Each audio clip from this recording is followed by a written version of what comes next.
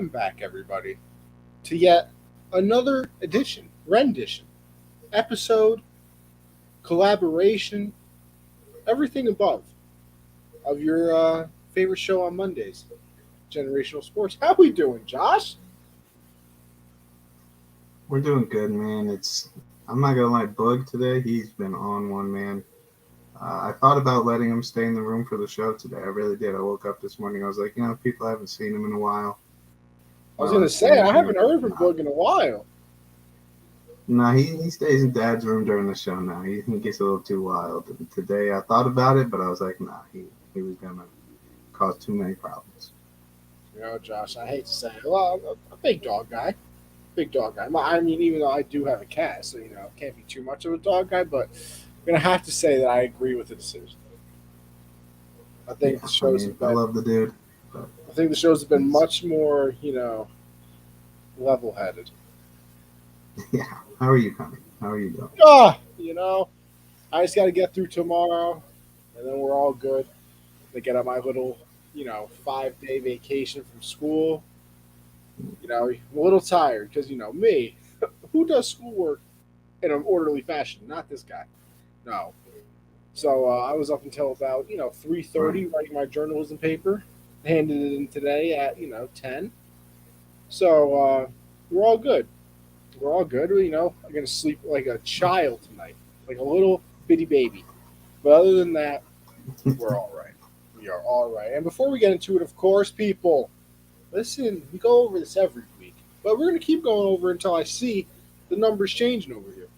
Listen, we can't see your comments over there on Twitter. Nothing. We can't see them anymore. So I need you to go over to the YouTube.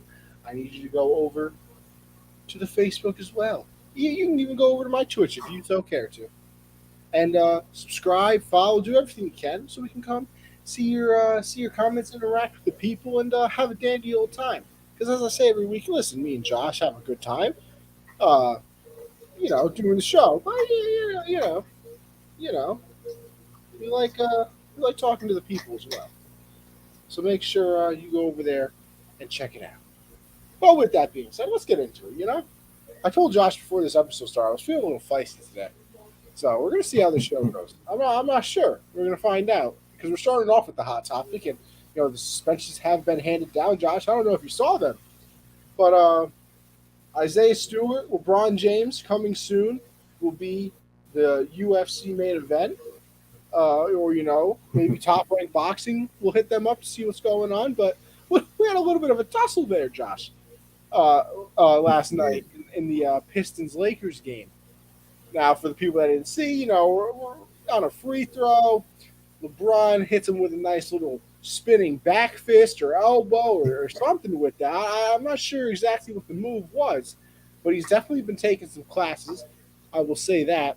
And Isaiah's all bloodied up. It looked like the WWE for a second. When they blade in WWE and they cut, it looked like that man was leaking all over the place.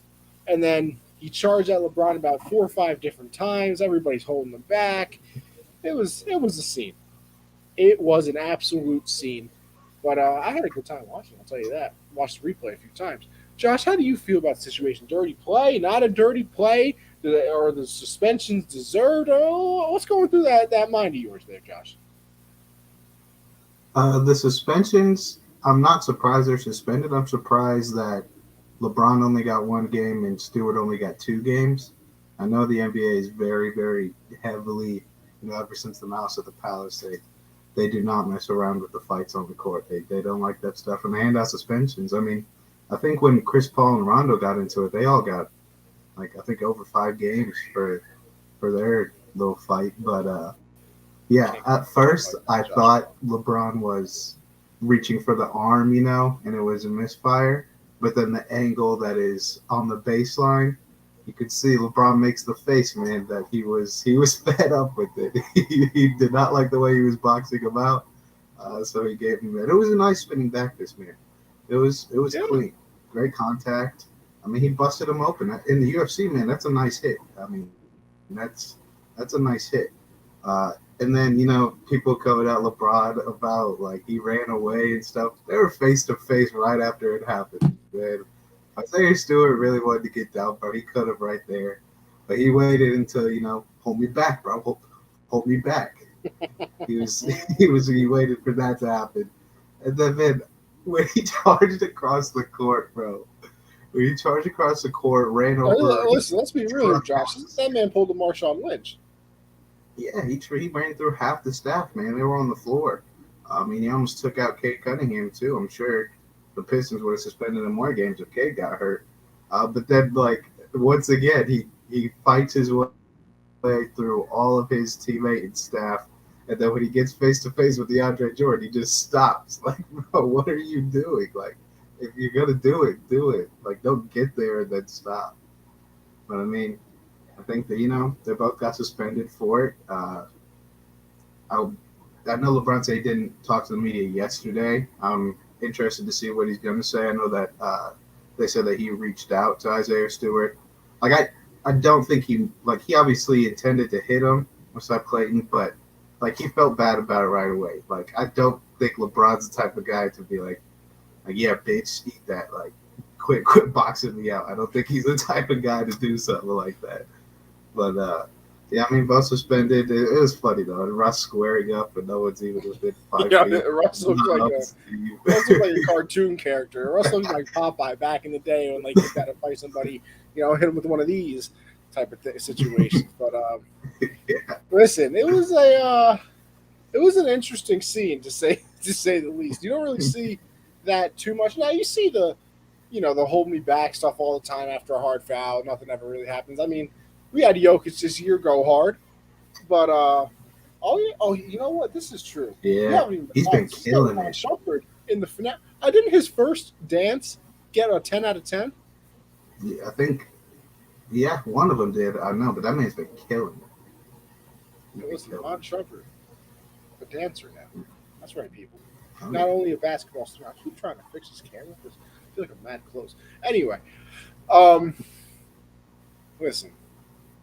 LeBron, you're soft as shit. You're soft, man. That was I'm going all skip on this one here. You feel me? Close the fist, hit him with it. And you know what I didn't know? You know what I did not know? I heard this man Isaiah Stewart, if he wanted to, could have taken out LeBron. You want to know why, Josh? He's the box. Yeah. Yeah. Like, come on now. Why is LeBron? That's a cheap shot. Like obviously that's a bad move. But like he messed up. He tried to reach out. He apologized. That's what you do after that. But people wanted him to square up with Isaiah Stewart. Hell yeah, I want him to square up. Man's 36. I want 36 with kids, man. Pistons. He's an old man. I want the Pistons next time that happens to let Stewart go. Listen, you know what? I'm all for it. Here, listen to this. Ready? They let him go. They were face to face right after it happened. Stewart wanted none of that. All I'm saying is, you want to really make the NBA more entertaining? Let them pull a hockey, bro. Yeah. Listen, hockey, they take off the gloves. It's not like they leave the gloves on when they fight. No. They take the gloves off. They keep the helmet on, of course, but they're still hitting face. And then once the first person falls, the refs come in, and they break it up. Next time, I want to see Isaiah Stewart one-on-one, LeBron James half court. You know what, Josh? In all seriousness, though, I came up with a fire idea. I came up with a great one. Ready for this? I think if there's a hard foul like that, right? And if you don't, because obviously the NBA ain't gonna let nobody fight, even though they should, because it'd be very entertaining. Ready? Hard foul like that, people get a little upset. Instead of the whole, puff your chest out thing, I think the two people that were about to get into it, right? One of them stands underneath the basket, the other one starts at the 3-point line. If you dunk on them, you don't even get the tech. If you block it, you get the tech. The other person's thrown out. LeBron and Isaiah Stewart doing that will be fire because Isaiah Stewart. They're the same size. Isaiah Stewart's a big man, but he's 6'8" too. So that would have been fire. I like that idea for sure. But I mean, man, it is what it is. Just think about it. Just think about it. Ready? Jokic. No. Who do you think's the best shot blocker in the league? I mean, Miles Turner's up there. Yeah, I was gonna say Turner's Jared up Allen. there. Jared Yeah. Allen's up there. All right, fine. Miles Turner bodies Zion one of these times. Bodies. All right, they're about to fight. Refs break it up. No. Zion, get your gumbo loving self on the 3-point line. Miles Turner right underneath the basket. Try to dunk on him. That would be the greatest thing I would ever see. Look, Embiid would be great at that. Mm-hmm. Hey, I'm all for it. Other than letting them actually fight. Because, listen, Alex, I know that you would like that too, you know? See who got the head movement in the league. Everybody in the league always talking about they can fight. I want to see it then. Yeah. By the way, I got nobody's Isaiah about Stewart there's. in 2 rounds. I got Isaiah Stewart in 2 rounds against Brown. I got LeBron not even showing up, bro. Like I said, man's 30. He's in his late 30s. Got kids at home, bro. He's not about. You know what? This is just why LeBron can't be my go. MJ never got ejected. Never. Oh yeah. Can't be my But go. so he didn't have any heart on the court, bro. He wasn't really in the game like that.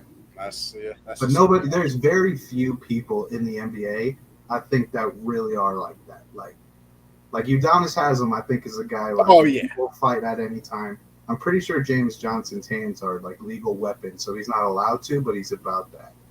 But like there's like Isaiah Stewart. I mean, I wouldn't either. Did you see that man run through like 10 grown men? I thought he was gonna get. I thought Anthony Davis was gonna get hurt again. You know, a couple people fell at his ankles. I was waiting for AD to be a little hurt. You know, go back to a day to day.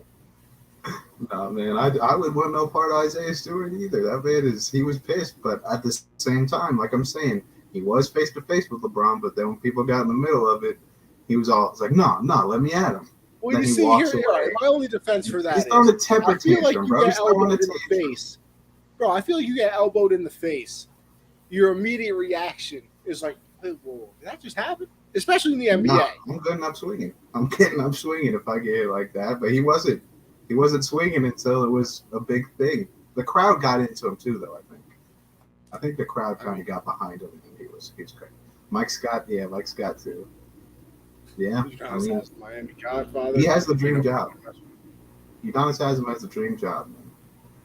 No, I would forever say the dream job is third straight quarterback. Man's got he's got about like 3 rings. He's the most loved player in franchise history. All he gets to do is be a leader, and he just be chill and gets paid millions. Listen, NBA, I'm just trying to help you out here.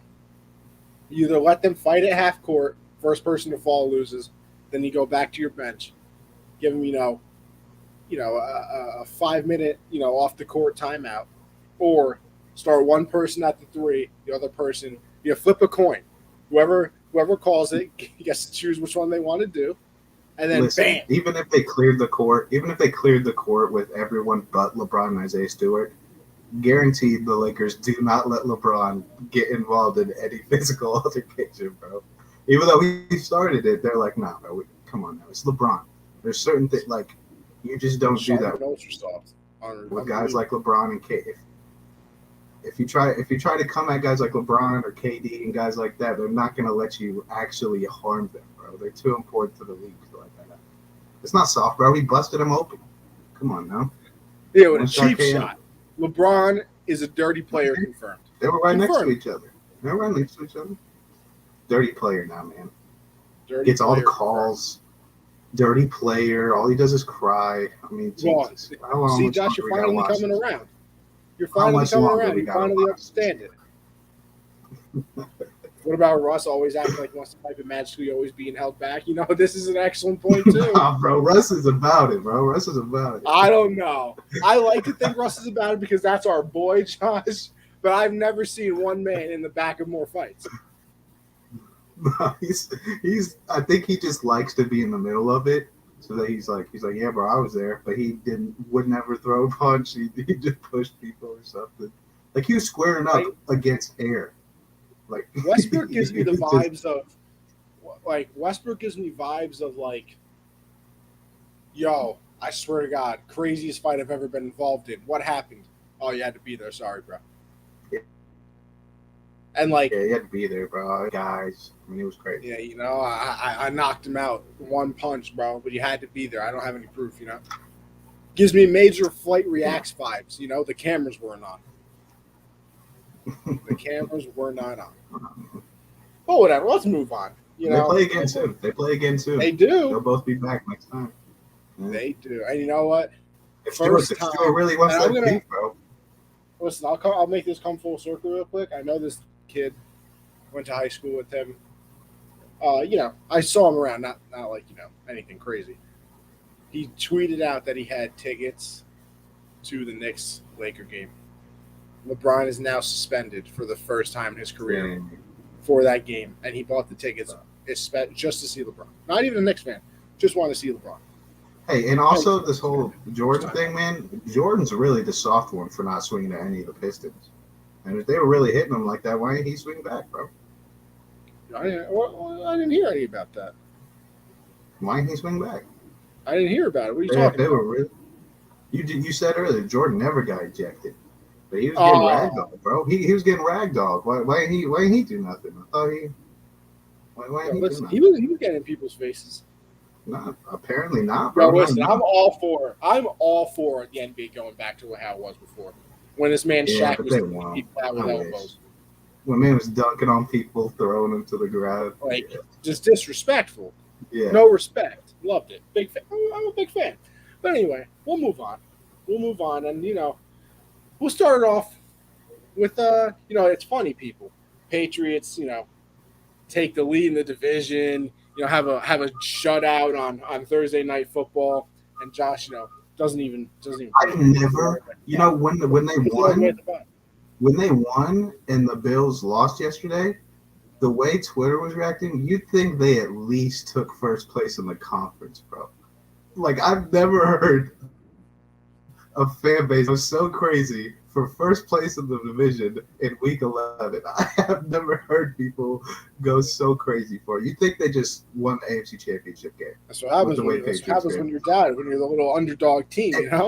You know, Patriots, big underdogs, big underdog vibes. Come on now, you guys missed 1 year, missed 1 year of dominance, and now you're like, oh yeah, finally, after all these years of awful football, we're finally back at the top, bro. Listen, Josh, when you guys finally make it back to first place, which might never happen, probably feel the same way. You'll feel the same way. Yeah, because it's completely different. You guys had a dynasty. I mean, my entire lifetime it's been Patriots, and now you guys have one down year, and then now it's like, thank God, finally. Hey, it was a rough year, you know, thanks to your man Cam. But anyway, let's get into your team. All right, the Panthers at Washington. You know, the coming home. Oh, no, it wasn't Panthers at Washington. It was Washington at Panthers.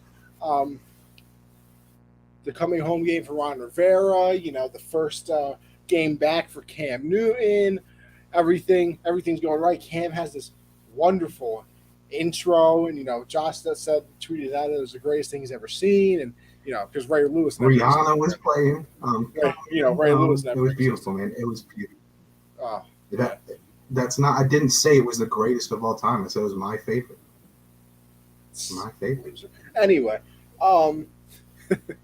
Cam scores a touchdown, runs to the 50-yard line.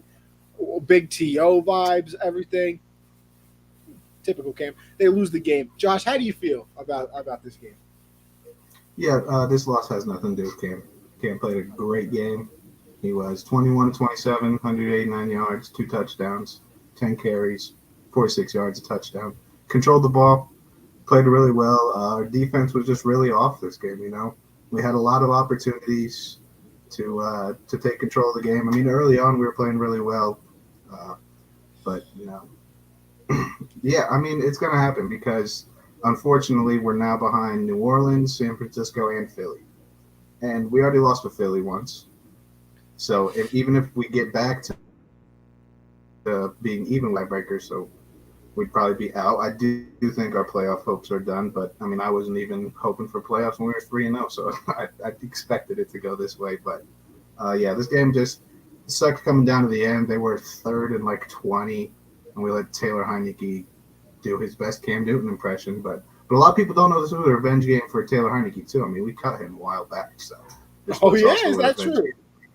It is true. So, I mean. It was a revenge game for him as well, but you know it was a tough day for Dante Jackson, man. I mean, it was a tough day for the secondary. Terry McLaurin is criminally underrated and just cooked Stephon Gilmore, cooked Jeremy Chin, cooked Dante Jackson. He's making play after play. They had almost 200 yards rushing, controlled the ball for, I think they almost doubled how long we had the ball. And we got to find an offense outside of Christian McCaffrey, man. We just have to. We're coming down. We had 2 drives under 3 minutes in the game. I'm pretty sure McCaffrey touched the ball all but like 3 times. Like, we got to take a shot at some point. It was tough. But I mean, our losses have been worse this year. At least we didn't turn the ball over a lot. Well, not even once. So it's not as bad of a loss as you think. Happy for Ron Rivera. Bad apples. Are you kidding me? 6th-round pick, bro. Yeah, but if he's washed, that's a 6th-round pick. He'll never get back. That could be our next. He's not washed. You know. He hasn't even played. He hasn't even started, man. He's not even fully known the playbook yet. Damn. Just another waste of talent over there in Carolina. Unbelievable. Imagine throwing away a defensive player of the year for a 6th-round pick, man. I mean, when you got J.C. Jackson on the other side, you don't even need him. Could not be me. I know. Couldn't be me. No, not even one of your division. It was you. It actually literally was you. Well, we don't live in the past, though. You know, crazy. Okay. Only the present and the future around here. Yeah, it was a solid game. I'll give Cam credit on one throw. That throw to McCaffrey. Hey, did you like that? Did you like that stat I showed you also? This week? Yeah, guys, because in case you guys didn't know, Josh actually only looks up Cam Newton stats his entire week. Did you guys know Cam Newton? Did you guys know Cam Newton is 4th in touchdowns since 2011, behind 3 Hall of Famers? But I thought he sucked. I mean, if I only knew about Cam Newton through what Connie says, I think this guy was 5th-round pick, got a couple starts, and he was awful. I thought he was Nathan Peterman for a little while, bro. It was crazy. Now, the craziest part is that's if you look at him through my eyes. If you look at it through Josh's eyes, you would think he's playing franchise history.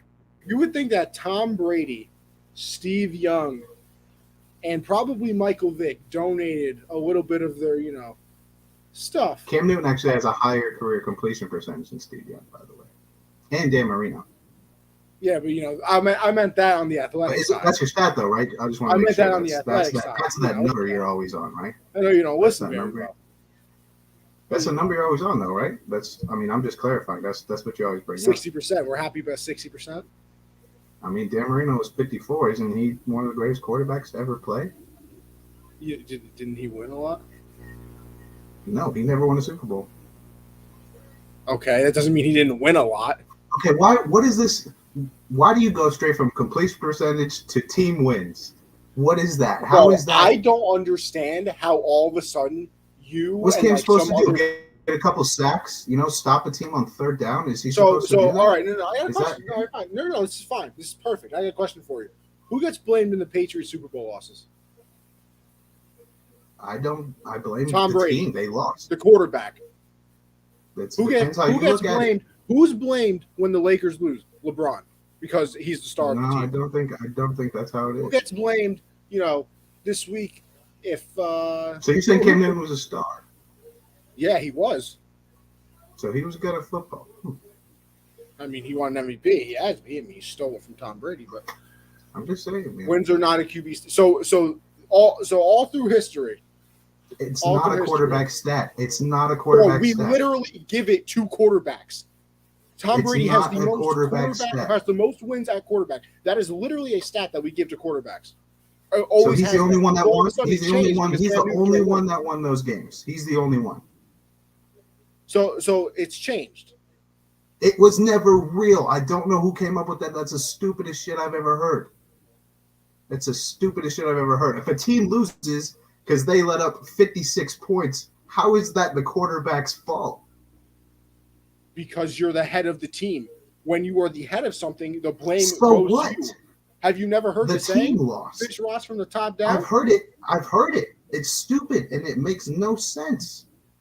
Was Andrew Luck bad? He went to AFC Championship games all the time with a terrible But he has roster. probably a losing career record. I guarantee you he does not.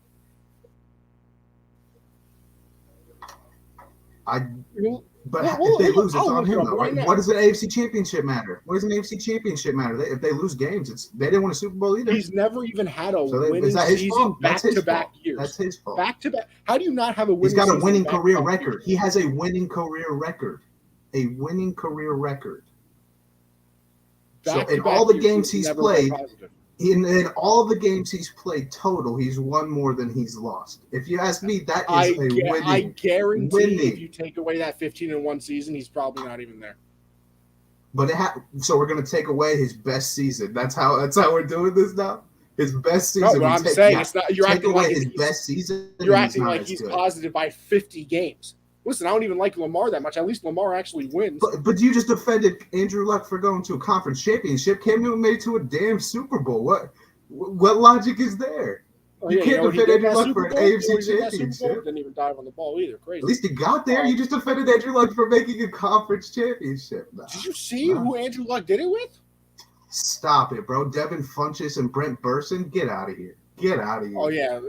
But that wasn't a defensive, led team either. With Luke Kuechly running around the field, tackling every single soul that ever even breathed on the field. Might have tackled a coach accidentally.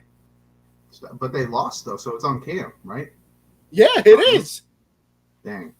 It's not because that defense didn't play like they did all year, right? It's not. I literally don't understand where quarterbacks have not been blamed for wins and losses now.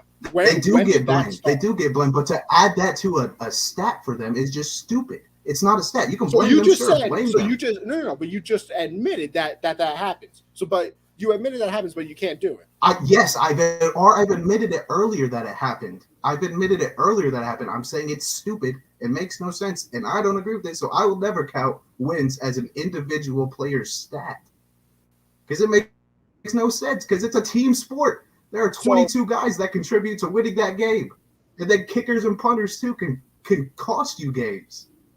So a good quarterback's on a bad team. They lose all the time. Is the quarterback not cut?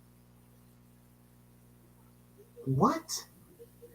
I'm telling you, right? If Trevor Lawrence goes 0-16 the next 2 years and plays solid, guarantee you he's not getting his option picked up. You want to know why? Because he put it on the quarterback. You're insane. You're insane. That's literally a thing. You think if the Jets suck the next 2 years, Trevor Lawrence, the number 1 overall pick, is getting cut? Bro, if he doesn't win, which is the only so winning isn't important. If they have 2 different coaches, he's still getting cut. If they have 2 different coaches over those 2 seasons, he's still getting cut. So winning isn't important? It's not a stat. It is a team record. It is what the team does collectively. A quarterback can't stop a team from putting up 50 points. They can't do that. That's not their job. They can't go out there and make tackles. But when they're putting up, 10 touchdowns and 8 interceptions and fumbles and stuff, it's not their fault either, huh? How'd last year go for Cam? Anyway, where that year he had a 52% completion percentage. A great year by Cam. Big guy. Big Cam.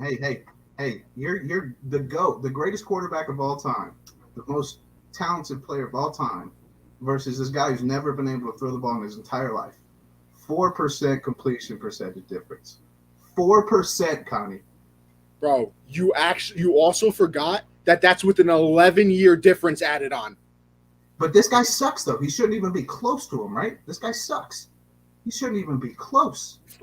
How is 4% not a lot to you in the NFL? Compared to the GOAT and this guy you say cannot throw the ball to save his life, 4% is not a lot. Yes, it is. 4%. The GOAT versus the GOAT. How is 4%? 4% is the difference between 64 and 60, like you're saying right now. Oh my goodness. That's probably 6 or 7 passes a game. And if they throw 100 passes each, that's 4 pass difference. That's 4 completions. That's 4 more completions. And also, Cam just reached the 60 point after last year, where he couldn't even throw the ball. So how did that work? Well, if you would let me get to it, where last year they finally realized that Cam can't throw, and the only thing they did was throw about 10-yard passes. Can we get Goff's completion percentage? Someone in the comments. Everybody knows Goff sucks. But what if his completion percentage is really high? But then that means he's good, right? Because that's the stat. It's not only that. I laid out that it's not only completion percentage. Yeah, because then what besides a team win and completion percentage? I don't know. Looking at him, common sense. No, you're just hating now, man. You're just hating now. How? I know. Hold on. You just said you look at him. You look at him and you know he sucks. So me being the one saying he can't throw doesn't make any sense, and I'm a hater. But everybody around the NFL saying it, it's fine. Everybody's wrong they're too, all right? Wrong. Everybody else is wrong, right? Connie, I don't talk to everybody else. I don't do a show. Okay, but I'm saying if it's a well-known thing, then how is everybody wrong? Because Andrew Luck is this god of throwing the football, the best that's talent of all time. Who told you that? Who said that Andrew Luck is all? He's literally thought of as one of the greatest draft prospects of all time. All time. Draft prospect. What does that have to do with And he was very good. Didn't you just defend him for getting an AFC champion game? Didn't you just defend him? Yeah, but who said that made him an elite thrower of the football? So everybody thinks Lamar Jackson is the greatest thing since sliced bread right now. He's not an elite thrower. Who throws the ball good? Who throws the ball good to you? Who throws the ball good to you, man? Do they have to have a 90%? Nah, but in the fact in the NFL now where you can't breathe on quarterbacks, everything is a pass interference. If you can at least hit probably 64%, you're not good. All right, man. All right. And it's really not that hard. All right, man. It really isn't. So at least 64%. So let's see. We got Cam here, here, 193 touchdowns, passing touchdowns, 118 interceptions. That's good now. Look at it, 66%. That's according to you. Goff has been good this year. And we also know that Goff had nothing to do with his team's success, and it was Sean McVay. He's been good this year. We know 66% this year, according to you. According to you, this year, Sean McVay's not in Detroit. I don't know if you do that. 66% this year. What's the record? This year. What's the record? Again with these team stats, man. Yeah, because I'm the only one that puts team stats for a quarterback wins. Apparently. No, you are along with the group of people that are delusional. You're along with those people. The same people who think Cam Newton is some elite thrower of the football or something like that. That's okay. Never said I don't know when we stopped counting wins in football. So it's a team record. It's a team record. All right. So do wins for coaches not matter either, though? They coach both sides of the ball. They don't just play one side of the ball. They're not out there playing, though, Josh. They're not making the kickers. They're not getting sacks on the defense, though. So do their records matter now too? So everybody individual. That's how we're doing it now? No, I just want to I'm just curious. Everybody sucks if their team's not good. So Calvin Johnson was awful then, bro. Calvin Johnson sucks. Honestly, bro, Bill Belichick, his wins don't even matter because he's never made a sack in the NFL. Never completed a pass either. No, but I'm sure he's called a couple blitzes. And a couple trick plays, though. Because he can help both sides of the ball. He can do. He's not an offensive coordinator. When's the last time Bill Belichick called an offensive play? He's not the offensive coordinator. He's a head coach. He has input on everything. He's a head coach. Yeah, he can say go for it. I'm sure if Josh McDaniels calls all the plays, Bill ain't over there talking. So you think Josh McDaniels has authority over Bill Belichick? You think Josh McDaniels gets the final say? He gets the no. I'm not saying on every situation. Obviously, if you're the offensive coordinator, you call the majority of offensive plays. But if Bill Belichick wants something to happen, that's what I'm talking about. Bill Belichick's going to make something happen. The only if he wants something to happen in a crucial is, time, Josh, we're going for it on fourth down. Get your best play call out. That's literally all. So how can he be the greatest coach of all time then? If he's literally done nothing, I don't know. He can't be because he doesn't make the plays, so he can't be good.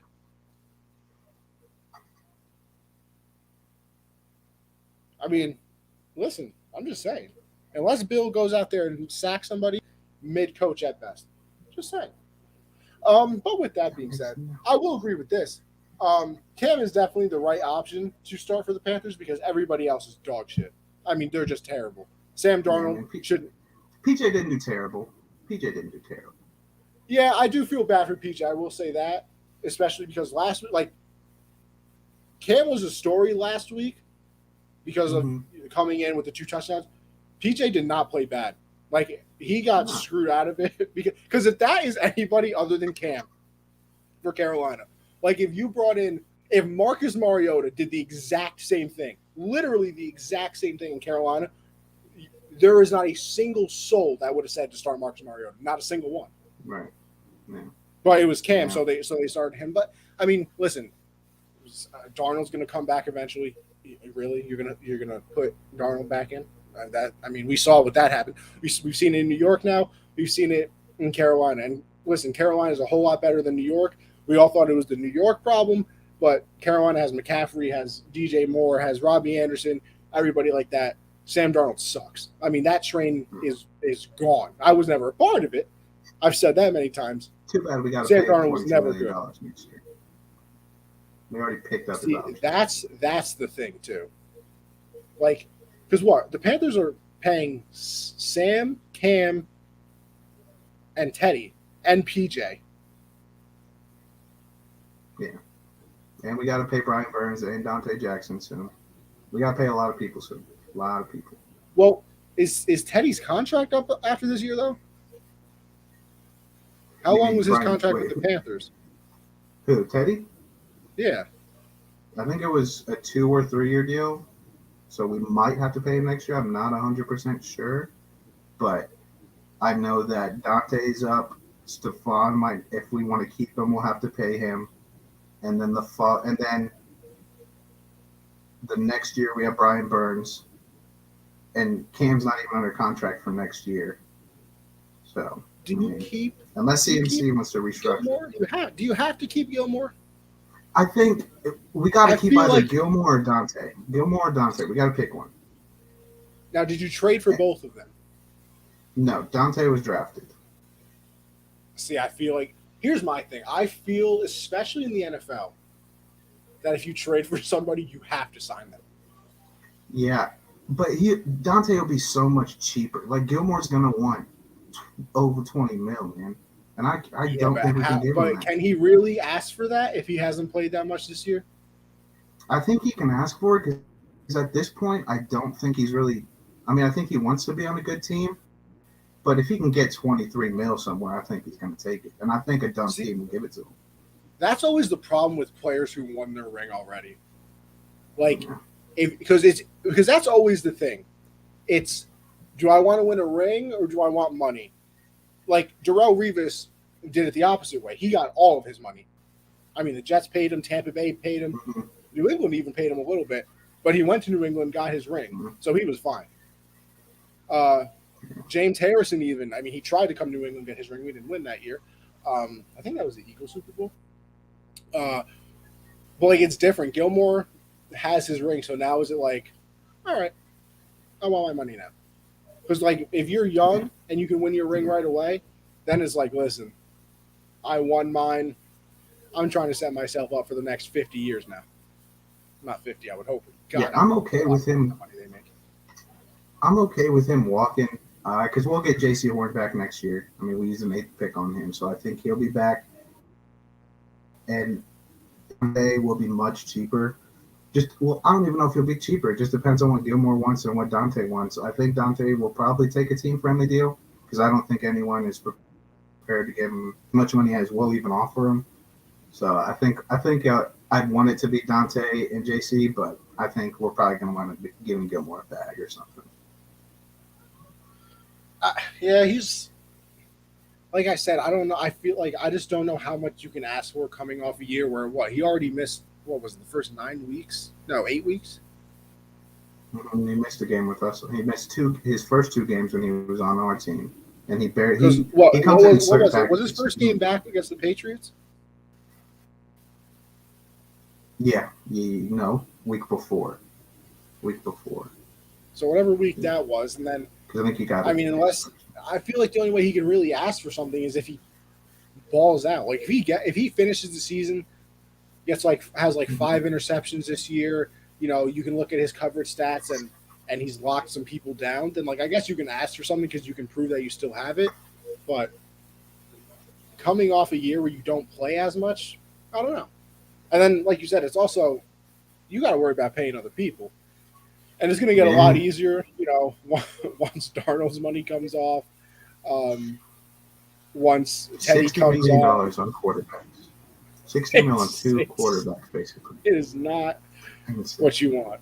Hey, listen, you could be the Saints. Did you see Did you see what Taysom After Hill playing no snaps today?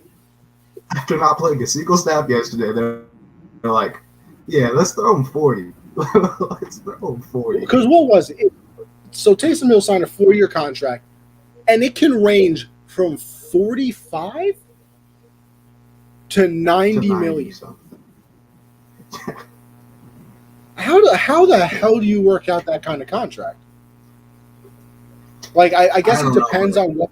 I think they said it depends on what position he plays will determine what incentives he can get. So like I'm sure it's if you play a certain percentage at tight end, then you'll get this boost, and then at quarterback you'll get this boost.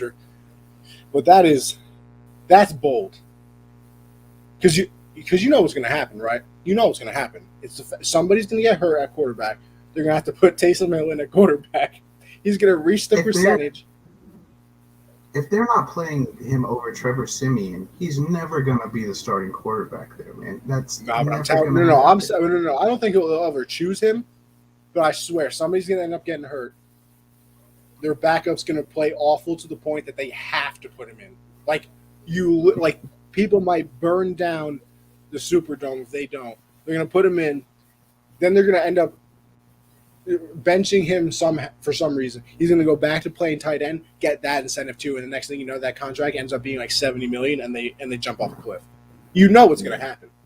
They're gonna. I don't think he was probably asking for any of this either. Like I don't think Taysom Hill has been in a position to be like, yeah, I want 40 to 90. I've been that good. Like they probably gave this to him just because they think he can do everything. But he played 0 snaps yesterday. 0 snaps, and you gave him more money. Listen, I also might be in the minority here. I still don't think Taysom Hill is that good. I don't either. I'm with you there. I don't think he's that good. I believe at one point Siemian was 8 for 22 yesterday, Clayton. So that might tell you everything. He was awful he almost had a comeback. He almost made it, but then they decided. I turned the game off for a second, and then I looked at the score again. It was like 30-something 22. I said, "Hey, wait a minute, hold on." They kicked a field goal when it was a 2-score game, and the field goal kept it a 2-score game. Like you didn't do anything with that field goal. I was so confused. Oh man, you gotta love the Saints. I was really all locked in on them too. I really thought that they were gonna, I thought they were shooing for that. What seed were they, like the 5th seed or something like that? Listen. I still don't know what's going on with the NFL. Listen, we do this. I'm not very smart, so don't. I mean, listen. It's not. It's we're everybody's just guessing here. Everybody. I listened to Michael Case today. They got Steve Young on. He's talking about. Yeah, I don't really know what team's good either. Listen, if you don't know, I don't know, Steve. Listen, Steve, I'm telling you. The Saints also kicked a field goal from like the 1 or 2 last week. It's a bold stride. It's a bold stride. You know what the thing is too, though? That's how you know they have no quarterback. Because if you have anything resembling a quarterback, you don't do that. Not in today's NFL. Everybody and their mother going. Jameis is jumping that goal line, man. He's putting his body on the line. It also probably didn't help that they didn't have Kamara. But hey. Yeah. Can't make excuses for everybody. He was running the ball. Everybody's hurt. Ravens out here winning with some dude I don't even know. I still don't know his name, by the way. Still don't know it. But We'll move on. It's something Huntley. I don't know his first name. Something Huntley. Byron? I feel like it's Byron. I don't know why. I think it starts with a T. Sounds like Tyler or Taylor. I don't know. Taysom was barely back from the concussion last week, though. So he's even then, you get a concussion. He's not playing that many snaps. It's not like he's on the field every play and you're getting concussions. Like, listen, I'm just not a Taysom guy. Like, I don't feel like he does anything great. Like he does things kind of well. Yeah. I mean, I don't know. Maybe I undervalue him because I don't watch too many Saints games. I think there has to be some sort of lasting effects yesterday too. Probably. I mean, hey, you can see when Sam Darnold got bodied, got that concussion. No, actually, or Daniel Jones. Daniel Jones got murdered with Oh yeah, with he that, couldn't with even that walk. concussion. Bro. That was crazy. That was Next week too. Yeah, the next week, very next. Bro, I'm telling you right now, there is not a chance in hell that they actually do concussion protocol. They go on that blue tent. No, they're just rock, like, paper, scissors for 10 how many minutes. fingers? How many fingers? Tim? All right, he's good. Put him in. He's I'm good. telling you, they play rock, paper, scissors if they can beat them 2 out of 3 times to get to go back on the field. I'm telling you right now. But I guess we'll go on from there. Bills, Colts. This is. I thought the Colts or the Bills would bounce back, and I don't know. Are they even good anymore? But listen, we can go with thoughts on the game. We could, but it was awful. I mean, the Bills looked bad. You know, Josh. I want you to take a guess here. I don't know if you saw the stat. Maybe you did. How many running plays, not total, run plays that were designed specifically for a running back, did the Bills run yesterday? Well, I started Zach Moss, so I want to say 0. 8. 8. Yeah, he had 25 points, so I knew they did not even try running the ball. I did smack you in our one league too, by the way. I think I had. Yeah, and you had Jonathan Taylor. I was going to say. I think I had JT in that one. I looked at the score and I was like, I could have swore my lineup was looking nice, and then I just opened and I see Jonathan. I was like, well, that makes sense. That makes sense. Yeah, I think Breida did have a few. I still don't know how to say his name properly. It's Breida. I don't know. Well, we'll figure it out one of these days. But 8 plays designed for running backs that they actually ran the ball with, and just listening to people talk about the Bills' offense, that's the problem. Like they're kind of, which is weird because I feel like you think of Buffalo, like you look at their fans getting slammed through tables, blah blah blah. Oh yeah, don't worry, Josh. You weren't the only person that fell victim. Matt, I bodied you. Bodied you in that ESPN league that we play in. Bodied you. It was embarrassing, honestly. But you think of the Buffalo, like blue collar sort of, like the fans are pushing each other through tables and squirting ketchup on each other like freaks. They're like a very finesse team. Like all of their, like if you ever watch a Bills game, all of their plays are built off of like a scramble by Josh Allen, and then all of a sudden Stephon Diggs is open 85 yards down the field.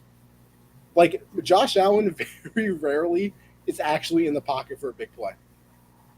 And it's like I don't know what the problem is. I don't know like where their offensive line ranks, with Pro Football Focus or whoever grades anybody.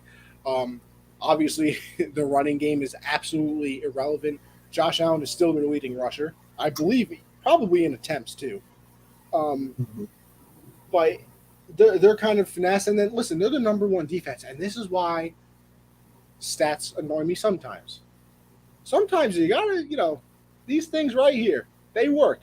I got glasses, they still work. In fact, since I have the glasses, I probably see clearer than some people. But like, who do the Bills truly play? And I got suckered into it too. I did, absolutely. The Bills were coming for everybody, and that, what, Josh? Tell me that week 5 you didn't have a Bills Browns AFC Championship game penciled in. I mean, dude, I think probably the week after I had like Ravens Colts though, so like it didn't last long, but I think we both agreed that the Bills were like on their way. Oh yeah, like they were next level, tearing through the league. So like let's go through it. So the Bills have played the Steelers, which we don't think that their offense is very good, even though hell of a game last night, and we'll get to that. They played the Dolphins. We all know they're terrible. Washington, not known for their offense. Texans, we know. Listen, calm down. Chiefs, that was week 1, 2, 3, 4, 5 for the Chiefs. So we all knew that their offense was still struggling, and in my eyes, it still is. We'll get to that as well. Then they play the Titans. Did they still have Derrick Henry? Yeah, they did. I believe. Yeah, I think they still had Henry in that game. Yeah, he had a monster run in that game. So they play the Titans. All right, I guess it's understandable giving up some points to them. They play the Dolphins again, then the Jags, then the Jets, and they played the Colts. So up until that point, where they played the Colts yesterday, what can we say? They played two great offensive teams, and one of those great offensive teams being the Chiefs, who we literally said weren't playing very well. So yeah, they had the number one defense. They didn't play anybody good. It was kind of like the Patriots last year. No. The last year with Brady. So 2 years ago. I think the first 9 games of the season, they were the number one defense. They literally didn't play anybody. And I said that too. I was like, oh, I'm still not sold. And they started giving up 30 points a game because they started playing people who actually knew what football was. And, I think a lot of people got suckered into it. But the main thing that comes out of this, and you phrased the question, I think it's a beautiful question, Josh. Beautiful. Was Jonathan Taylor in the MVP discussion? And listen, we're so content all the time. Just listen, it's a quarterback award. Stop even mentioning other people. But who ran away with it this year? Who has run away with the MVP this year? Not a soul. What? Kyler Murray's missed 3 games. Russell Wilson's usually a candidate. He's been out half the year. Isn't playing good even when he's in. Lamar missed a game, and I don't think he's having the greatest season. I mean, you look at his numbers. I think he has 14 touchdowns, passing touchdowns, 8 interceptions or something like that. Too. Yeah. Fumbles. Josh Allen. I mean, he's been good, but nothing to run away with. Look at this, Josh. Call 911, please. I'm begging you. Matt said even Rodgers has been shaky, and Rodgers missed the game. So that's That's 5 people. I mean, I guess I still put Brady number 1 then. But even then, I mean, I guess I'm putting Taylor number 1. Jonathan Taylor's number 1 for me. Are you? You're going full JT. I think you're going full JT, Justin Timberlake, huh? I think because obviously this game really puts him even in the conversation, but then going back and looking at his numbers, Derrick Henry hasn't played in about 3 weeks, and he still has more rush attempts than Jonathan Taylor. What he's doing with the ball, not while Carson Wentz is trying to throw games away, by the way, throwing those left-handed passes, he's still keeping them in games, winning them games. But he's not even just running the ball. When he catches it out of the backfield, he's making plays with it. I think I have to put him number 1 right now. Yesterday for that receiving touchdown. Dude, he's insane. I think Brady's right there still because I think when we talked about it last week, I think I said I had Brady and Josh Allen. Obviously, Josh Allen falls off because this week. I think I would not complain if somebody has Brady yet. Yeah, that makes sense. But I think Jonathan Taylor's Josh, I'm going to do a favor for the people. I'm going to look up the odds. Right now. I think Jonathan Taylor's probably up there. I actually saw that Josh Allen was plus 650 and dropped down to plus 1900 after the game. So I don't think he's going to be up there.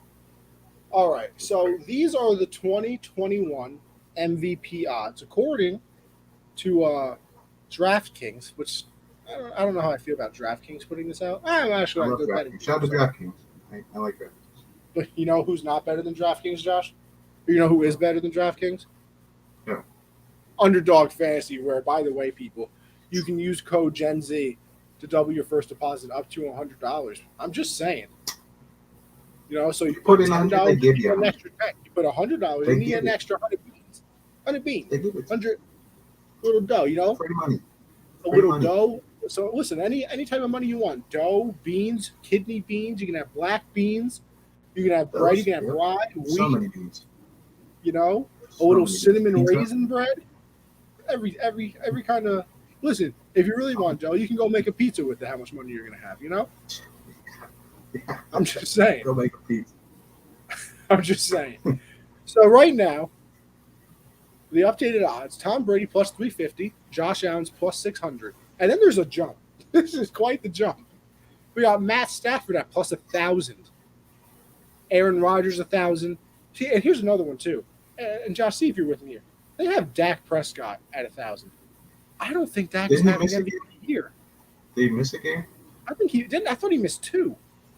No, Cooper Rush only started once, right? I mean, I think if you miss games, man, or a game, it's tough.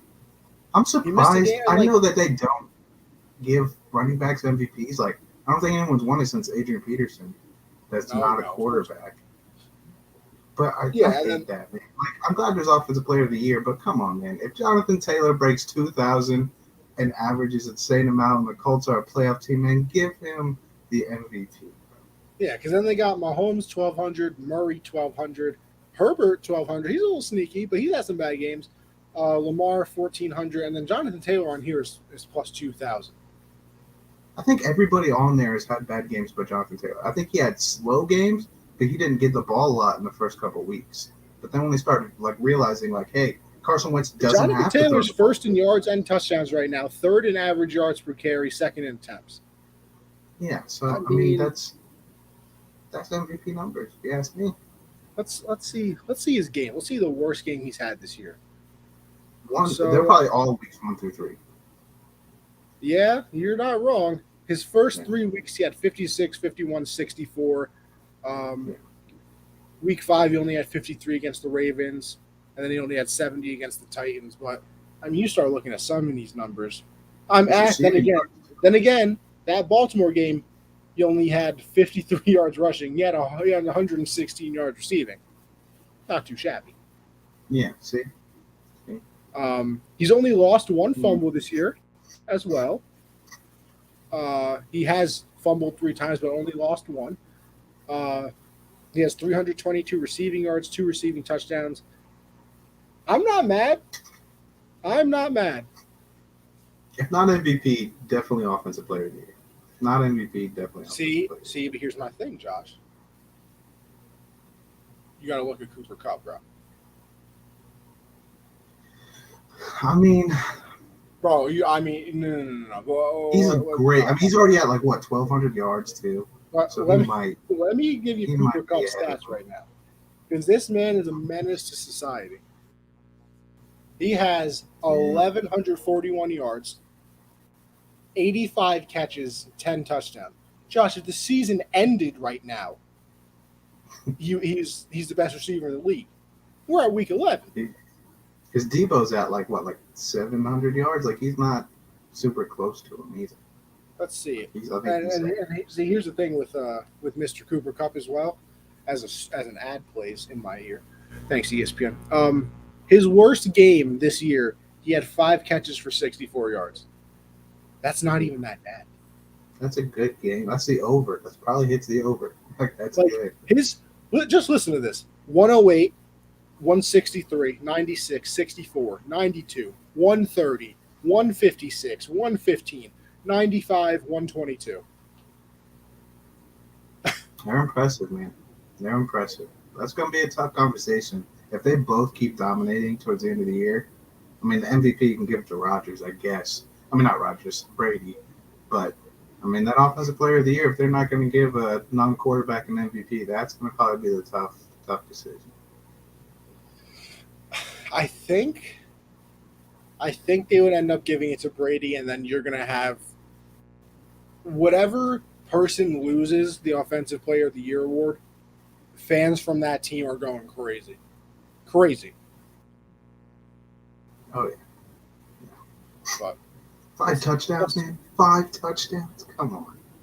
5 total touchdowns. Yeah, that was something. That was something. All right, I guess we can move on from that. Though we got all our thoughts out, right, Josh? You got anything? Yeah, actually, shout out to the Colts defense. I think obviously Jonathan Taylor is a main reason they win this game, but the Colts defense completely locked up Josh Allen, didn't allow him to really have any opportunity to do anything. So they need to get some love too. Yes, sir. So we'll move on to the Week 11 topics. And yeah, we started off the show. I mentioned that Josh didn't put it on the list too high. I didn't want to talk about the game. Let's talk about the Pats. Who cares about the damn Falcons, man? Hey, when you shut out a team for the first time since 1988, though, and in their home stadium, that's a big deal. But yeah, Pats are in first place right now. Listen, it's only a half a game. And it's just because that we haven't had our bye week yet. Oh, no, wait. Did we? No, we didn't. No, we didn't. The Bills did though. Um, so listen, coming from a Patriot fan, and listen, I'm not even a homer, as some would say. I'm very down the middle when it comes to my path. I tell how it is. You know, I'm excited, very happy. The defense playing unbelievable. Like this is a Super Bowl caliber defense. Like this is a defense that I can see, you know, doing some things as long as Jalen Mills isn't on the field, piece of absolute human garbage. But you can't throw the ball J.C. Jackson away. Christian Barmore, if it wasn't for Micah Parsons, probably could win Defensive Rookie of the Year. He's playing unbelievable. Kyle Duggar's come out this year in place of Patrick Chung. Devin McCourty, my bald-headed brethren, always back there holding it down for the Patriot defense. And you got the linebacker and quarterback together. Obviously, that was the thing that was missing last year. They brought back Kyle Van Noy. Dante Hightower came back because he skipped last season because of the whole COVID thing. You got Matthew Judon. Now, Josh, I don't think this is an exaggeration. That's the best offseason signing of the year, right? Yeah. Yeah. So I think he already has 10.5 sacks, which is already his career high, I believe. So that's definitely something. I think they just activated Chase Winovich, who was our leading sacker. I don't know. Wow, that's mad funny. They just put up Tom Brady on the screen right now, and you know how like they usually have like a little description of the person underneath, like 27 touchdowns this year. They just put he's good. But so Chase Winovich activated off IR. Obviously, we know what the running back committee is doing. Damian Harris has looked good. Ramondre Stevenson, listen, Damian Harris. You missed one game because of concussion. You might lose your job, boy. Because if Ramondre Stevenson keep playing like this, Bill might have to slide you to the second string. Kendrick Bourne is the best end-around player in the entire league. Nobody runs a nice end-around like him. And then Mac Jones is doing what he's supposed to do. Listen, when you're a rookie, I think a lot of people, especially in our society now, because I say it all the time, we live in such a microwave society. We want everything done right now. Like, why aren't you the best player in the world right now? He's doing what he's supposed to, and that's not lose them games. Do we cover hoops? Listen, Mr. Brian, we cover hoops. In fact, you missed a wonderful discussion about the LeBron James Isaiah Stewart situation. I think LeBron's a little soft. And listen, Brian, I even got a little idea. I think they should just go full hockey, let him fight at half court. Or, Brian, see if you're with me here. Flip of the coin, player who wins the coin toss gets to choose if they start under the basket or the three-point line. They have to try and dunk on one another. I think it'd be fantastic. Put me for NBA commissioner.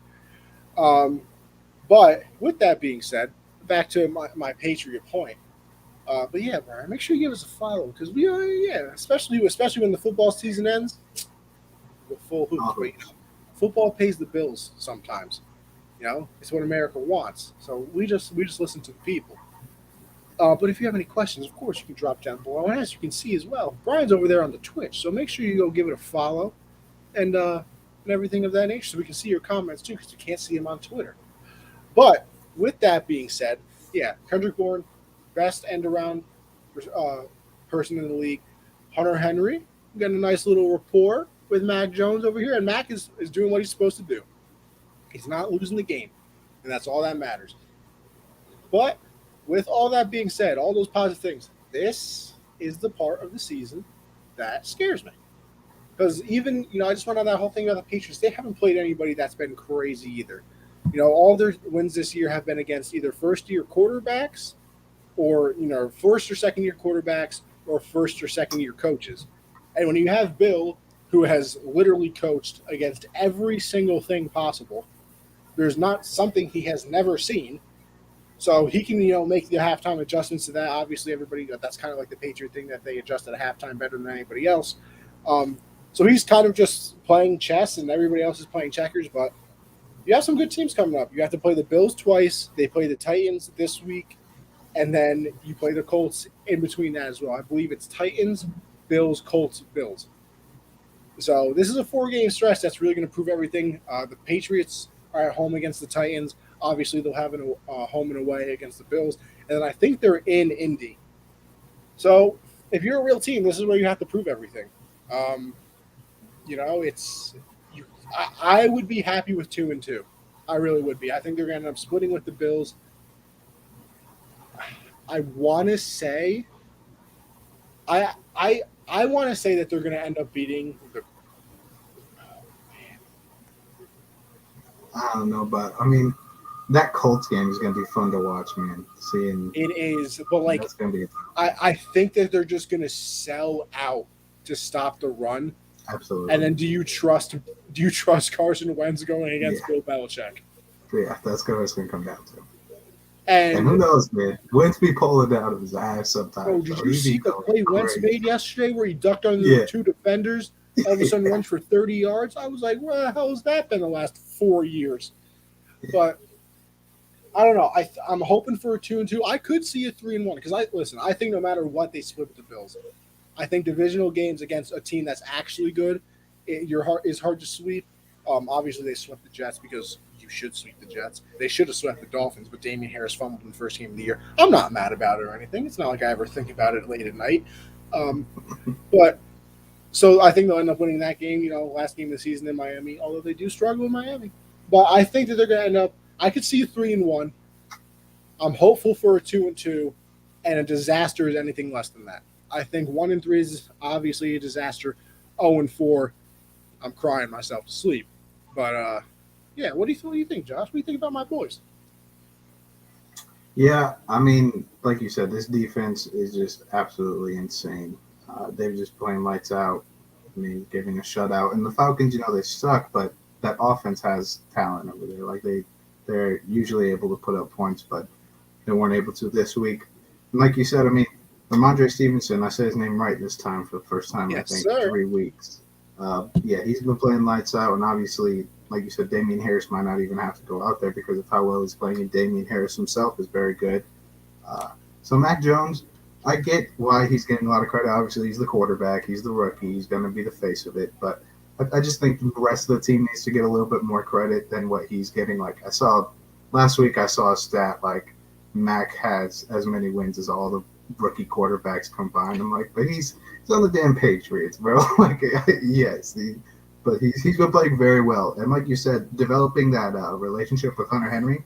I was confused about the tight end signing in the offseason, but it really makes sense the more you really think about it. They're a run-first team. Mac's a rookie. You want him to have someone really reliable that won't force him to take shots downfield. Hunter Henry's kind of perfect for that. And if he wasn't, Johnny Smith was going to be that guy. But it's working out so well. And I agree with you. These next 4 games for both the Bills and the Patriots, I think, are going to be huge because you guys play each other twice. I don't know who else the Bills play. I know they play us, but you guys have both of your last 2 games. It should be 4-0 combined.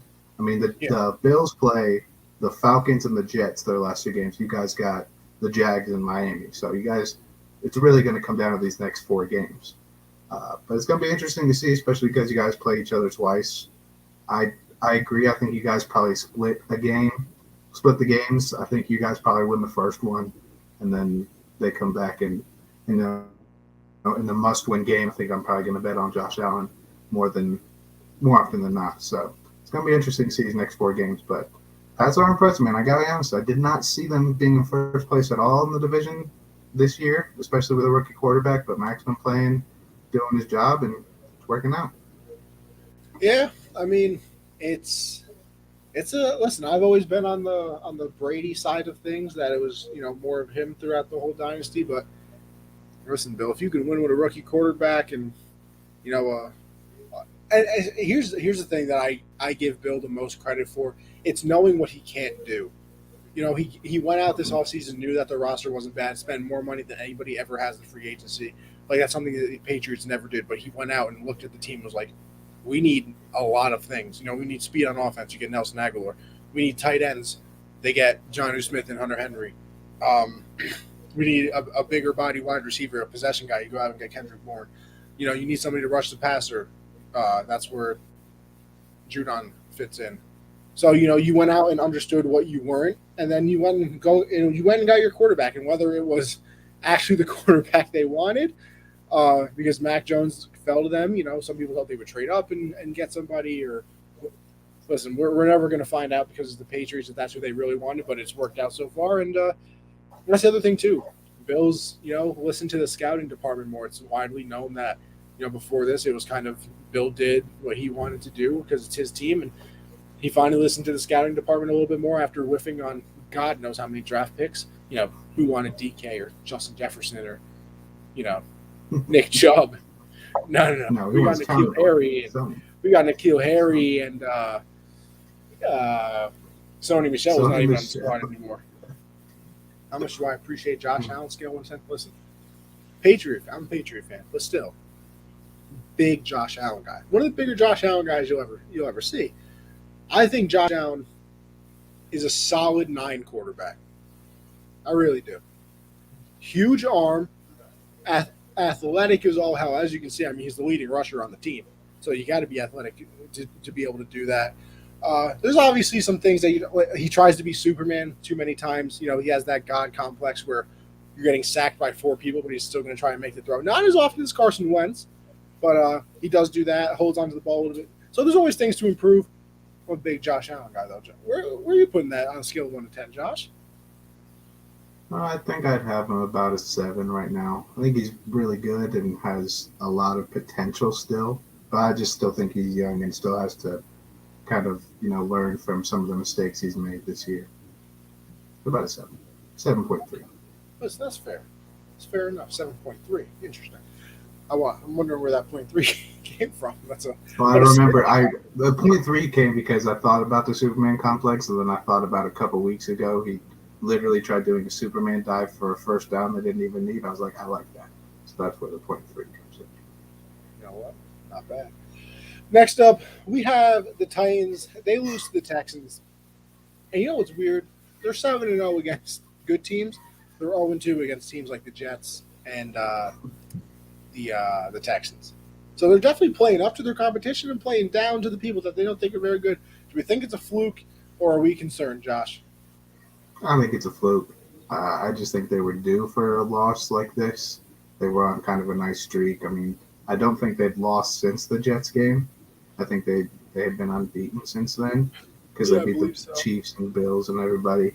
And, with all the injuries, it's just like they were due. Sometimes you're just due for an upset loss like that, and this just happened to be one of those days. But, yeah, I don't think it makes them look any worse. I didn't see them as even though they've been the 1 seed for a couple weeks, I never saw them as the best team in the AFC, especially with Derrick Henry being out.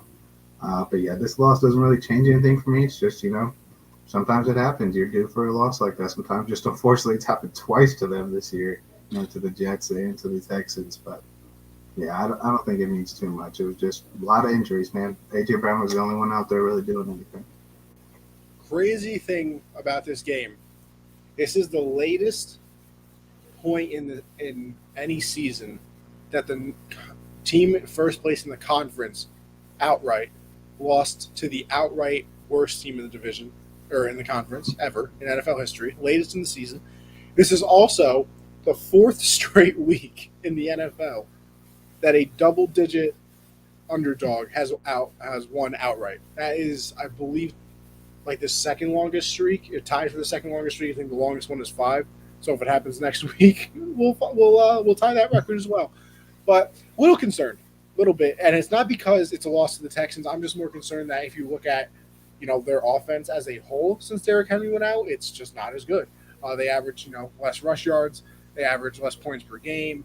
You have Ryan Tannehill throwing 4 interceptions in this one. You have to be a little bit concerned about that anyway. But just the fact that the offense has seen that slip. And listen, I would be concerned if it was against any team. It's not just because it's the Texans. I think, listen, it's a blip on the radar, but it is something to look at. The fact that their offense has slipped that little tiny bit without Derrick Henry. We thought it would, but if you're a team, you have to be able to win without some of your best players sometimes. And you're not going to have their best player for probably the remainder of the year, maybe, unless he comes back in the playoffs. Because what is it like? I think they said it's a 8 to 10 week injury. What week did he get injured? 8? I think this is their 3rd game without him. So yeah, 8. So week 8 that he got injured.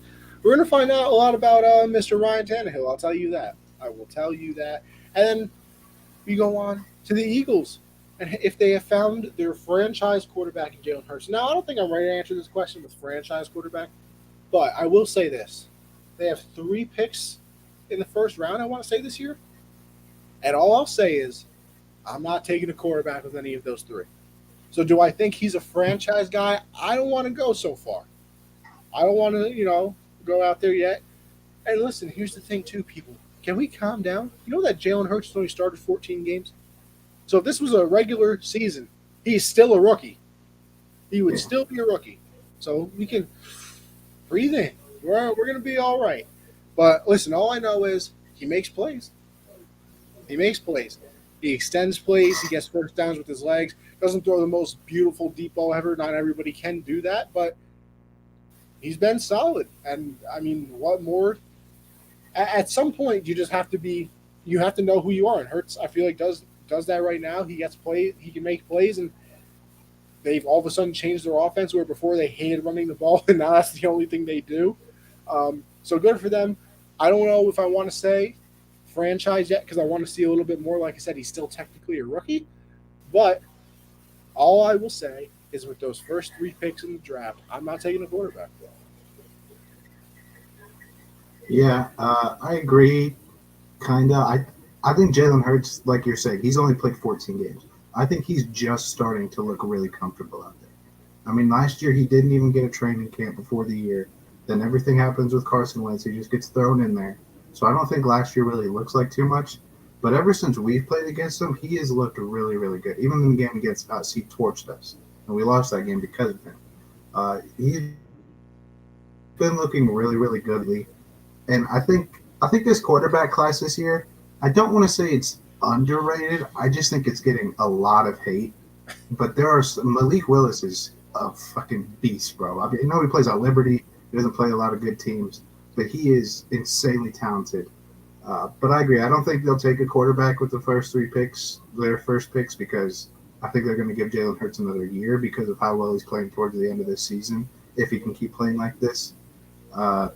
I like him as a franchise quarterback, and I think Philly should too, because I think if they don't like him, I think a team like Pittsburgh probably really would enjoy someone like Jalen Hurts. I think he would thrive in the place there with the weapons they have with Najee Harris.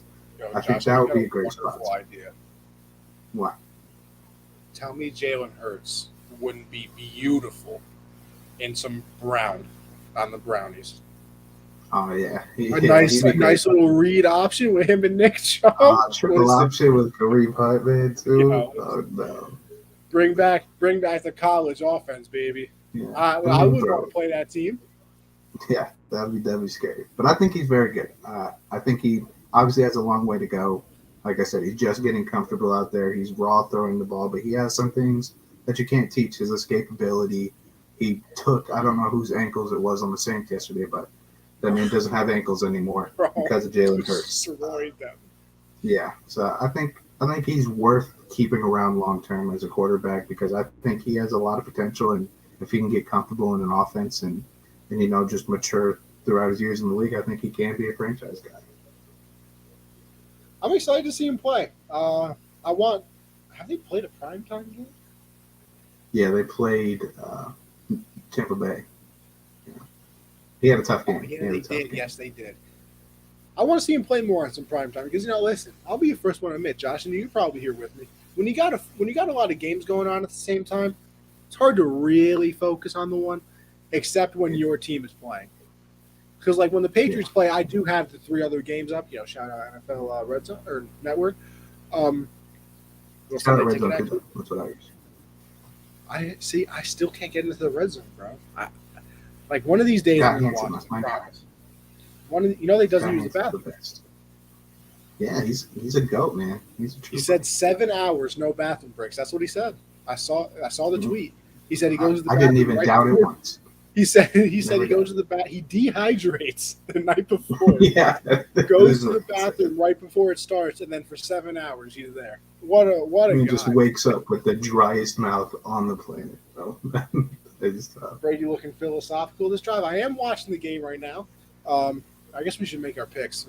By the way, Josh, we're going with the Bucs probably by 15. No, you know Brady's only lost 3 games in a row once in his career, and it was in 2003. Actually, no. It wasn't two. It was one of the years they didn't win the Super Bowl. So like 2002 maybe. Yeah, just give me Tampa because I kind of want to go with the Giants, but I don't. Listen, Josh, that might be a safe bet. They're 11-point underdogs, and we all know Yeah, if you're let me get the plus 11. Let me get them at plus 11. Not the plus 11. I'll give you. The Yeah. You know what? You know what, Josh? I don't like pushes. I'll even give you 11.5. Okay, thank you. Oh, look at that. Tampa Bay touchdown already. We're up 4. We're up 4. All right, 4.5. We're okay. We're up 4.5. All right, we're good. But yeah, I'm interested to see what the Eagles do. I am very intrigued. Chargers Steelers, game of the year potential. Now listen, I did not watch it. I did not watch it. I'm just gonna put that. Are you serious? I did not. I was watching you. I was watching a TV show. Final 2 episodes. I missed it. I tuned in at 2 minutes. Tuned in a 2-minute drive, and then Ben got sacked 3 times, and I was like, "Well, I missed the good part." So I'm just gonna missed a lot of the good parts. I watched the highlights though. Listen, that game probably put Herbert right back in that MVP conversation. Though, I'll tell you that. Man's out here looking like a Lamar Jackson using his legs. Scrambling for first downs all the time. He played unbelievable. Even Ben played very well. Not much of a defensive game, I'll tell you that. But yeah, it has the game of the year potential now. Let's look at some of the other ones. What was it? The Colts Ravens. That game was fantastic. The Raiders Ravens, another fantastic game. You could even go with the game that kicked off the season, the Cowboys Bucks. That was an unbelievable game.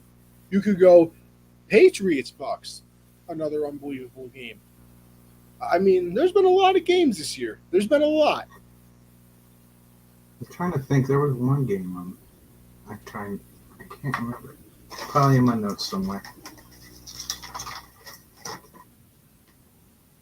I'm gonna see if anybody made a list. I want to see if anybody made a list.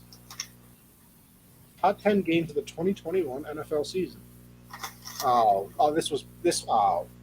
This was coming off. This was right after they made the schedule, so that's not even fun. I don't know. I feel like there's a game on this. I don't know. There's been a lot of good ones though, so I'll put it up there. I'm not sure which one I'm ready to crown, but I'll put it up there for sure. No. Yeah, they look. I wish I could have watched it live. Like I said, I only got to see the highlights because I looked at the score earlier in the game and I was like, yeah, Chargers probably gonna run away with this one. And then I looked back at the score later, and the over hit by about 25 points. So I was like, well, I missed out on that. And I saw Eckler was going off and Big Ben wasn't playing bad, so I was like, yeah, let me tune in. I want to give a giant. Actually, you know what? I'm gonna save this. I'm gonna save that point I almost just made. I'm gonna save it. Let's go to our QBs of the week, Josh. I feel like there was too much good quarterback play that I'm splitting it into 3 guys. Oh. All 3 of these guys are collectively. Jalen Hurts, 13 of 24, 147 yards, 69 yards carrying, 3 rushing touchdowns. He's got to be on there. Tyrod Taylor, man, doesn't have the prettiest numbers. 14 of 24, 107 yards, 6 carries, 28 yards, 2 rushing touchdowns, but he got the win. And then Colt McCoy, 35 of 44, 328 yards, 2 touchdowns. He's 2-1 since Kyler's been out. That's huge. They could have easily lost all 3 of those games without Kyler and D-Hop, but he got them done.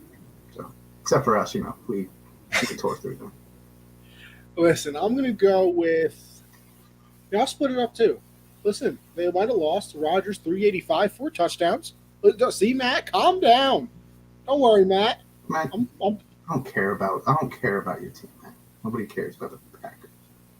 Yeah, Mr. Josh, his toe hurts. You think he's going to Joe Rogan for treatment? Oh man, Joe. Yeah, Joe have. You think he's going for good old Joe? Yeah. Oh yeah, I got a text from Nan right now asking if I'm home. I'm home, Nan. Shout out to me. Checking out. Yeah, I'll even throw Herbert in there. Look at that, 382, 3 touchdowns. pulled out the dub. Did have the interception, but He had like 93 yards rushing too, didn't he? yeah. Oh, she wants to Yeah, FaceTime. he went crazy running the ball. Yeah, tell man come on the show. I can't. She wants to FaceTime the kid. I can't have that. But you know, She just I wanted to see got to your text her back, face. let her know I'm a little bit busy. I'll do my I'll say players yeah. of the week. Yeah, you go ahead. No offensive guys. I'm going with Chris Jones for the Chiefs, 3.5 sacks, 2 tackles for a loss, and he did have a play that kind of ended the game. I don't think the Cowboys, even if they scored there, were going to win, but he did tip the pass to get the interception that gave them the win. Then going back to Houston, Desmond King, 8 tackles, 2 picks against the Titans. He was a huge part of that game, too. He's playing great coverage.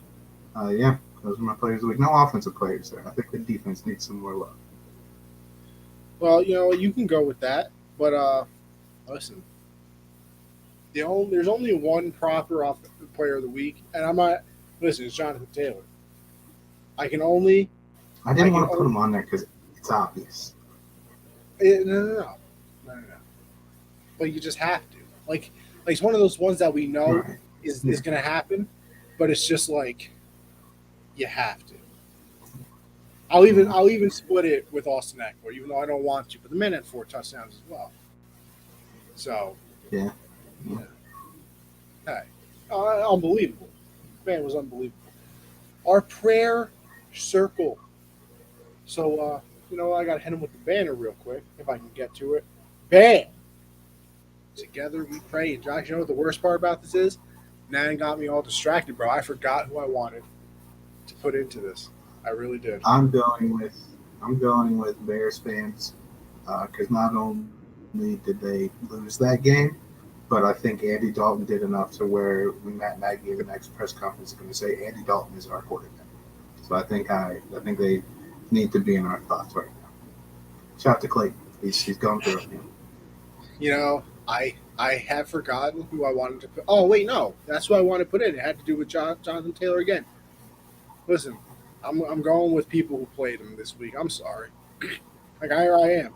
I have Jonathan Taylor. I have Jonathan Taylor in, I believe, 2 leagues. One of them a redraft, one of them the Dynasty League that we're in. I feel bad. I put up like 160 in ESPN against Matt, and I think I still have somebody to play tonight. I destroyed you.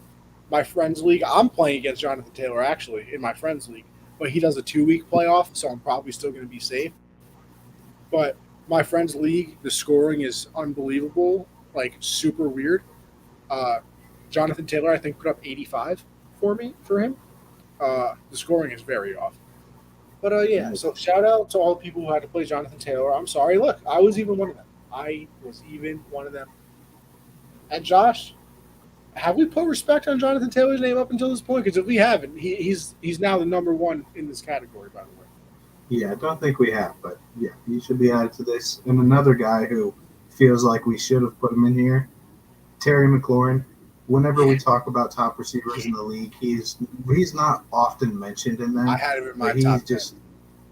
Yeah, he's insanely good. I just think he needs more recognition. You know, Taylor Heineke's good, but that man be making Terry reach for some balls and do some acrobatic moves just to make some catches, and he seems to catch everything. So put some respect on Scary Terry.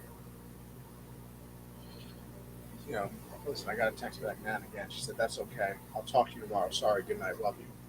I feel bad. I feel terrible. I feel like a terrible human being right now. But, you know, listen, you know, I said, no, it's fine. Almost done with the show. I can call you very soon. So, Josh, you might have to speed through this because, listen, I got Nan. I don't even got winners. I only got losers. I don't even got winners. Okay. I don't have either. So you go ahead. All right. My losers was the guy puking courtside at the Kings Jazz game. Bro, I just saw that before we came on. Ew. That's tough, man. That's tough. L for him, man. And then all the children nationwide who saw the vicious act of Clyde Edwards-Helaire making a finger gun. I'm so sorry for all the kids that had to see that. That is a vulgar act, and and it should not happen. I apologize for that. And the Saints for giving Taysom Hill a lot of money. You know who else is a loser? Saints fans, bro. I feel like they get screwed out of a lot of calls. I really do. Yeah, So yeah, just yeah, just they another definitely do. just other people. But Clyde Edwards-Helaire be better. Be better. let's go to our Week 11 recap, Josh. How did we do? I already know I did bad because teams just don't like me this year. But how did we do? Kanye went 7-7. It was a weird week though because I only went 8-6. We disagreed on 3 games. Cincy versus the Raiders. I took the Raiders, so you won that one. But then I had the Chiefs and I had the Cardinals. So increased the distance by 1. I'm 89-64. Honestly, that kind of just made the day because I thought that I got all 3 of them wrong. I really did. No, you had Cincy. I went 80. I'm 89-64-1. You're 85-68-1. So 4-game lead. Let's keep it going. Time to make up some ground, baby. Time to make up some ground, and the only way I'm going to do that is with this right here. Our Week 12 predictions, as I don't even have it properly pulled up, and now I do. Bam! Round of applause for the kid again, once again making this beautiful graphic. Hey, you know what's crazy? Great. Oh, you know what? You know what's awkward though? I got to change that description at the bottom with the underdog fantasy because it's not $10. No. It's $100.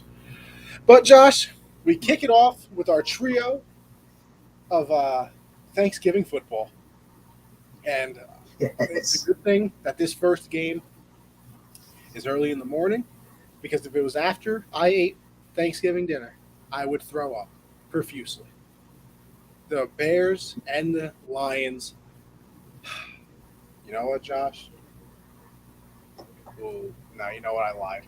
I'm going to go with the Bears. I almost went with the Lions to get their first win. I almost did it, but I think that the simple fact that Andy Dalton is going to be the starter will actually make a difference.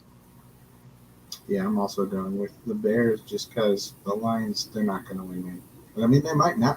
Maybe should go with them because I just said that, but I'm still not. Then we got the Raiders at the Cowgirls. Listen, it's finally catching up to the Raiders, man. They've just gone through too much. They've gone through too much this season. Derek Carr over there getting annoyed at the press conference. I like some passion. You can tell that he's a little sad about everything going on. But he's going to be even sadder after this week because I'll go with the Cowboys. Yep, I'm also going with the Cowboys. The Raiders, I mean, yeah, like you said, it just caught up to them. Now they're back in the bad zone. Then we got a game that's actually pretty good, I think. The Bills at the Saints, both of them coming off a loss, but I think the Saints, no, not the Saints. Whoa, calm down. The Bills are a better team. They're coming off a worse loss. I can't see them losing back to back, even though it's in, New Orleans, as some would say. I'll go with Buffalo. I I'm gonna go with New Orleans. I'm going to take Okay. New Orleans. I don't think Buffalo is all the way back. Then we got my boys, the New England Patriots, playing the Titans at home. I'm sticking. Listen, until they prove me wrong, I'm back up with my boys. Yeah, I gotta take the Patriots, man. Ryan Tannehill threw 4 picks against the Texans. I do not want to see what he's going to do in this game. Steelers at the Bengals. Hey, listen, Bengals got a nice win against those Raiders. Wait, what was the Raiders, right? Yeah, yeah. Steelers, listen, we've talked about their offense a little bit, not being too good, but they showed out this week. They showed out. I'm still going with the Bengals, though.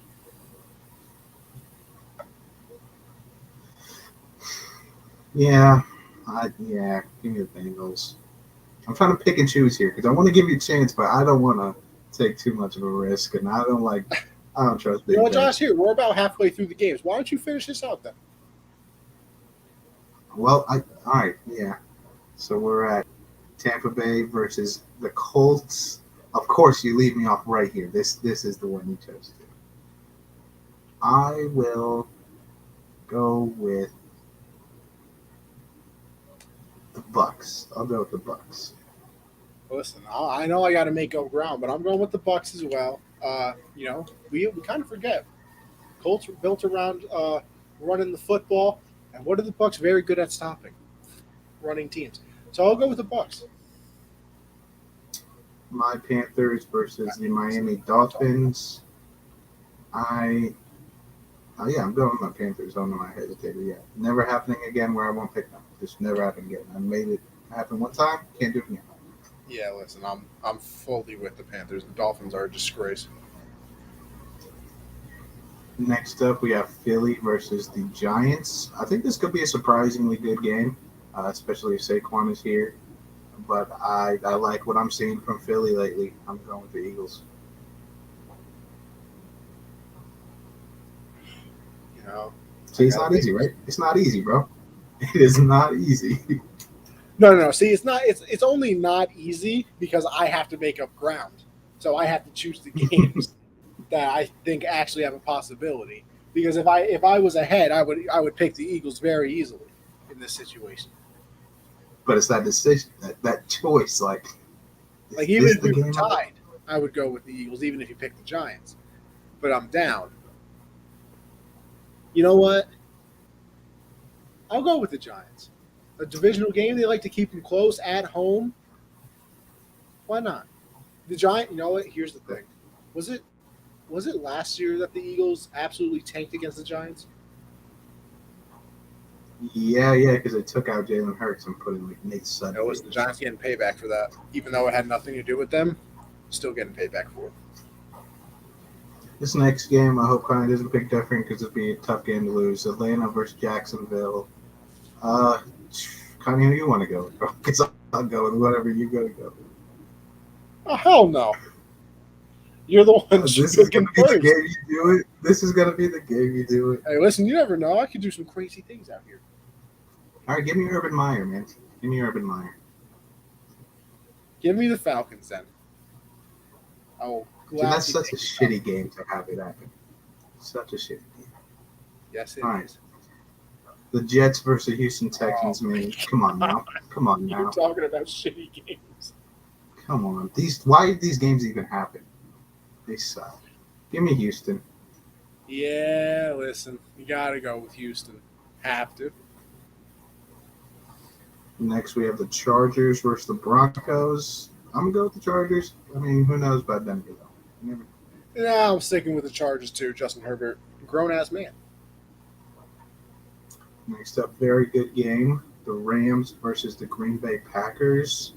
Rams are off a bye, right? They didn't play this week. Give me the Packers and a bounce back, Matt. I'm going with your boys. Give me the Packers and a bounce back. I'll take the Rams off a bye then. I'm going to take the Rams off a bye. You know, they're going to fix everything. They're going to get OBJ right into the mix of things. Matt Stafford, big game. Big game. Next up, two teams that are on fire right now, both in the playoffs too, Minnesota and San Francisco. This could be a game that winds up having huge implications on the playoffs. Kirk Cousins versus Jimmy G. What a fun time. No, it's Kirk Cousins versus Deebo Samuel, and I think I'm going to go with Captain Kirk, man. Give me the Vikings. Damn, I was hoping you went the 49ers because I wanted the Vikings. I almost said, give me Deebo Samuel. I'll go with the. Yeah, give me the Vikings. I don't want this one to be one that I lose. It's too close. And then to finish it off, Cleveland versus Baltimore. I believe Cleveland's 2-0 since OBJ has been gone. But give me the Ravens. They got smacked by the Patriots. Oh yeah, I forgot that happened. Yeah, give me the Ravens. Sunday night, Baker, prime time, one arm. Yeah, you know. Lamar, comeback king. You know what? I'll go with the Ravens too, only because it's in Baltimore. If it wasn't in Baltimore, I feel like I would go with the Browns, but I just feel like that does something to me. It does. Well, there it is, people. Those are our Week 12 picks. How many games did we differ on there, Josh? 3? 1, 2, 3, 4. You can Four? tie it up. You can tie it up. Oh boy. You have Buffalo. I have New Orleans. You have Okay. fucking Atlanta. I have Jacksonville. Great games to have. I feel very Possibly confident in that one decided too, right by the way. Very confident. Yeah, okay. Give me Urban every day over them. And then I have Green Bay, and you have the Giants over Philly. That's the one I think that's going to matter. I think I keep at least a 1-game lead because of Philly. Listen, it's going to be interesting. I think it's going to be very, very intriguing coming up very soon, people. Josh, what do we do for the playoffs? Do we reset it for the playoffs, or do we keep it? I think you got to reset it for the playoffs. Yeah, we did a whole new record last year for the playoffs. So yeah, we'll do it again. All right, people. That is the show. A fun episode. Listen, did we get a little angry? Yeah, it happens. But you know It's what? debating, man. It happens. That's how it goes. At the end of the day, this is the debate. This is just a show. Me and Josh are brothers, man. But listen, Josh, why don't you tell the people where they can find you? Yeah, follow me on Twitter at Jolin_4. Subscribe to the YouTube channel. That's where we can interact with you guys. You see us interact with Matt and Clayton and Alec and everybody. Go ahead over to YouTube, subscribe. Doing a giveaway on subs, so make sure you go over there. Head over to Underdog. Double your first deposit up to $100 using code GenZ. And yeah, tune in next Monday, 7 p.m. Eastern. Yes, sir. You can find me, Anthony Conover _ over there on Twitter. You can follow the Twitter for the show right here at Gen Z Sports as well. Like Josh said, follow. Well, he didn't say it. I said to follow the Twitter. Subscribe to the YouTube. Means a lot to us, of course. Go over to Underdog. Gen Z, baby. Double your first deposit, as Josh said. Can't reiterate that one enough. Mondays, obviously, me and Josh do this at 7 Eastern. Tomorrow, being Tuesday, I do the hard count with me and CJ. We talk about everything in the football world. Strictly football for all you NFL fans out there. And then Thursdays, I do Backstop Bench with me and Michael. Obviously, no show this week. Thanksgiving. Got to spend time with the fam. So it will be Thanksgiving. We're off this week. And then the week after that, we actually have the cameraman of Zach Hampel, the guy who goes around all the different baseball stadiums and catches home runs and everything. We have his cameraman coming on the show talking about some experiences that he's had along the way. So make sure you check out that episode. And that's it for me, Josh. I wish you and yours a very happy Thanksgiving.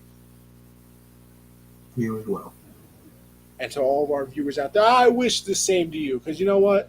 Everybody deserves a little happiness on Thanksgiving. By the way, though, turkey, terribly overrated. Not even good. I agree, but I like turkey. I think it's overrated, but I'm going at best, a 4. My grandma makes sauce for it, bro. It makes it. See, my nan delicious. makes a beautiful. My nan makes a beautiful stuffing. Literally, I could bathe in it. Stuffing, gotta have stuffing. Mashed potatoes up. Just thinking about it makes me excited for Thursday. But we will see everybody next week. Like I said, a happy Thanksgiving to you and yours, everybody out there, and we'll catch you on the next episode, people.